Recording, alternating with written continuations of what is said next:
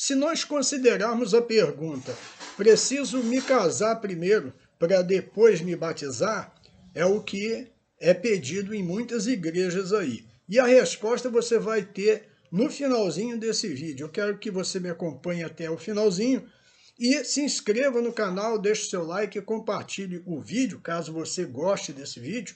Mas eu vou estar explicando aqui detalhadamente dentro da Bíblia Sagrada. Vem comigo. Bom, em primeiro lugar, nós temos que considerar que Pedro era casado, porque ele tinha uma sogra. Respondendo à pergunta, primeiro eu tenho que casar para depois me batizar? Vamos lá.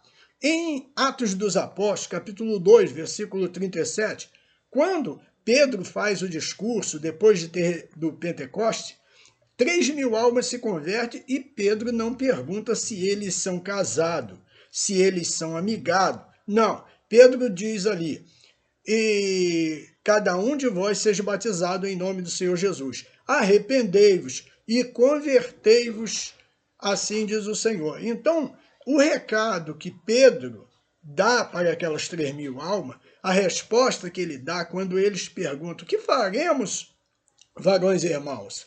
Então Pedro, ele não diz, você primeiro tem que casar. Não, primeiro você tem que se acertar, ir lá no cartório. Não, Pedro não fala isso. É verdade. E se nós nos retratarmos lá em Atos capítulo 10, versículo 47 e 48, nós vemos Pedro na casa de Cornélio, que também procedeu da mesma forma. Depois dele ter pregado, o Espírito Santo foi derramado sobre Cornélio e todos os seus entes queridos. E o que aconteceu? Pedro disse assim, pode alguém recusar a água? Versículo 47 de Atos 10. Pode alguém recusar a água depois de ter recebido o Espírito Santo? Ou seja, ele está aqui se referindo ao batismo nas águas. E ele diz, pode alguém recusar as águas do batismo depois de ter recebido o Espírito Santo, assim como nós? Então, ele deixou claro que Deus não faz acepção de pessoa. É verdade, ele não perguntou se Cornélio era casado, se era amigado, era tico-tico no fubá, nada disso. Ele não perguntou. Todavia, nós encontramos na primeira carta de Pedro, no capítulo 3, Pedro dando conselho para os casados.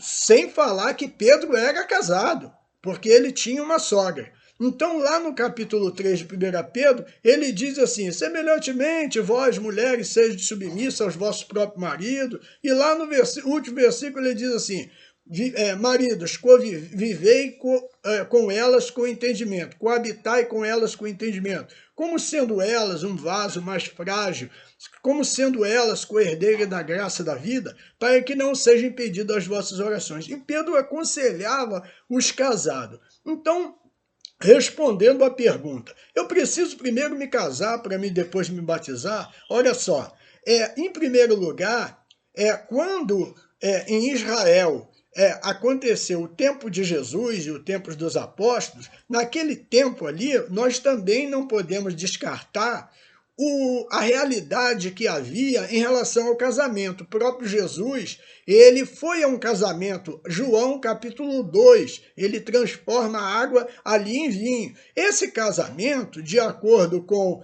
os costumes judaico, né?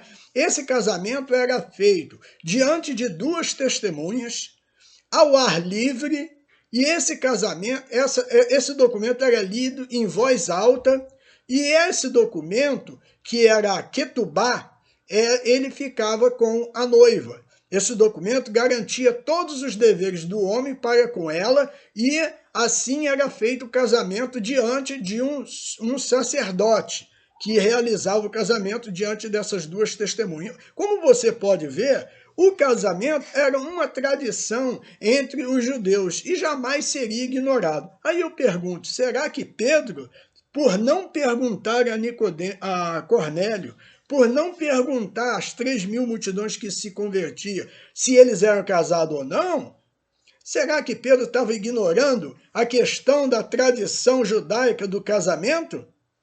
Ora, com certeza que não, porque 1 Pedro capítulo 3, ele aconselha os casais, além dele ser casado. Aí você tira suas conclusões. Será que eu preciso me casar primeiro para depois me batizar? Geralmente quem faz essa pergunta é porque não tem vontade de se casar. Ele quer batizar, mas ele não quer casar. Mas deixa eu te falar uma coisa. Aqueles 3.000 almas e o Cornélio e os seus entes queridos, eles receberam o Espírito Santo. Aí fica a pergunta, será que uma pessoa que já recebeu o Espírito Santo, ela não vai querer casar? Ela não somente vai querer se batizar, mas como também vai querer se casar. Você acha que aquelas 3.000 pessoas, elas, por Pedro não ter perguntado a ela se ela era casada ou não, você acha que elas foram batizadas de qualquer maneira? E ela, rejeitando a tradição do casamento em Israel? Olha, com certeza que não. Eu estou convidando você a chegar a uma conclusão. Deve ser casar para primeiro casar, depois se batizar?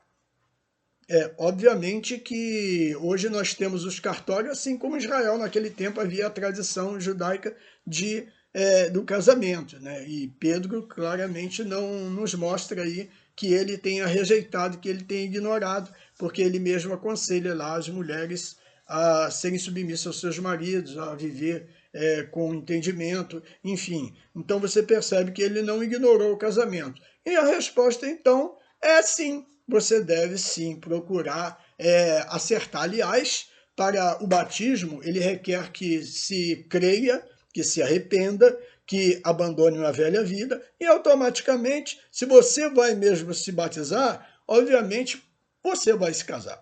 Não tenha dúvida disso. Então, fica aí esse vídeo. Espero ter te ajudado e respondido a sua pergunta. Bom, agora nós vamos fazer um convite especial para você. Se você ainda não é inscrito, então deixe o seu like se você gostou do vídeo, compartilhe o vídeo para que outras pessoas possam também ser edificadas e se inscreva no canal, nos ajudando assim a chegar a 1.000 inscritos. Que Deus te abençoe, Shalom Adonai, até o próximo vídeo.